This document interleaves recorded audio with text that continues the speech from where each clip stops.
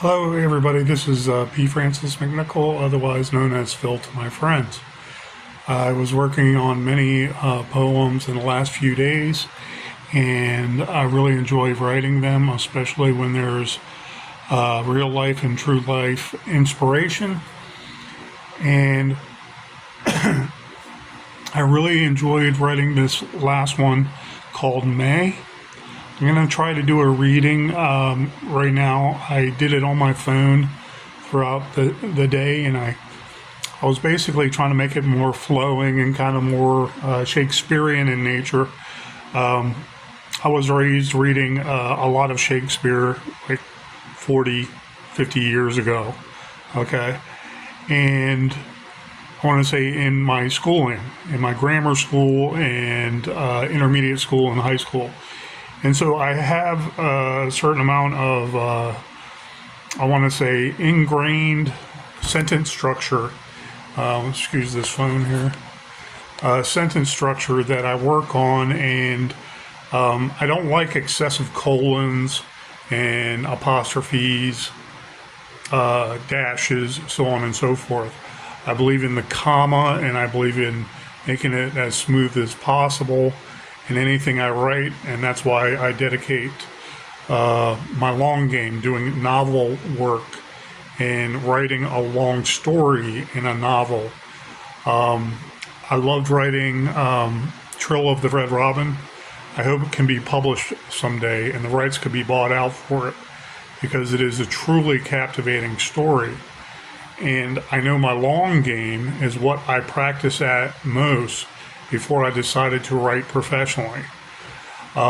So sentence structure is a big thing with me. However, I don't like stopgap measures, segmented sentences with semicolons. There's a place for everything, okay? Minimizing the excessive punctuation is part of making sure your words do most of the work for you in a smooth manner. Okay. I myself do not read best verbally because I have issues with my ear and I enunciate a little differently as I hear my own voice. Okay. So there is some pause, there is some hesitation at times. However, when anyone reads something, that's why writing is so expressive and so good for the soul. When people read something and you bring them into your personal life, whatever the story is, it might be fiction or what have you, it might be a documentary, but the way you write invites them into who you are. Are you a good writer? Are you a choppy writer? Are you smooth and flowing?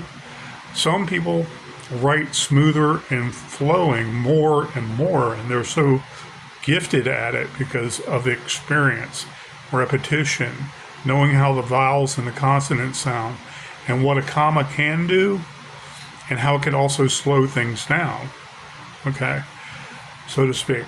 So I love authoring, I want to say creatively, if not 100% professionally, because I've had stuff published on my own, especially newspaper articles. However, they were not paid, okay, and that's where some of the, I want to say, disgruntled illusions come from a lot of authors. And paying your dues, it's because there's not a respect for people's time and energy to write things and put it on paper. And anything putting down so someone can read it, okay, is automatically, to me, entertainment. Even if they don't want to read it, even if they don't like it, it's there for a purpose to convey a message, to convey information, even if the information is not received well. So artistic writing, it takes a little bit more, I want to say, time, energy, and you want to work on grammar, you want to work on the smooth flow, you want to know what your audience wants, you want to know good, I want to say good English, proper English and tenets to go by. So you have rules that most people that read and they know what they're understanding as they read. It's like they're there there in that picture that you provide under those same rules, those same guidelines. Here went my computer. Okay, there it is back. Sorry about the glare off my glasses. It magnifies the font a little bit, so the font, I don't have to keep on. You make the font bigger, you have less page, so you have to go up and down with the cursor. And so I have smaller words on here, and the font, and it flowed pretty good. But I want to talk about, the love of my life, a certain lady that just inspires me constantly, who's just a beautiful little lady. And I was doodling today doing a poem, and I hope it does her justice, because I'm reminded of my Hawaiian heritage and the beaches of Oahu and Punch Bowl, and on the other sides of Maui and Kalalau Valley, so on and so forth. Okay, I wish I could be rich one day and own some land there and just, hey, I could stay there. It would be beautiful, right? We can dream. But it's so expensive to own land there because it's a small chain of islands. Okay, it's not super huge, and there's not people there just doling out property because they have to get rid of it real quick, like you might see here in the States. But anyways, it reminds me of the beautiful islander ladies of Hawaii and my heritage. I'm half Hawaiian, and I love it. Okay. Do I want to live in Hawaii? No. I didn't like it when I was there as a younger person. I didn't like the racism, okay, for people not knowing who you are by the color of your skin and already coming to a judgment. It's a complete opposite. Everything you think in the continental United States and racism, you go there, it's even worse against newly patriated, I want to say white people that come into the island. And my family is not like that. The Hawaiian side of the family, they're upstanding, righteous, big Hawaiian people too. And I just shake my head because I can't afford to live there.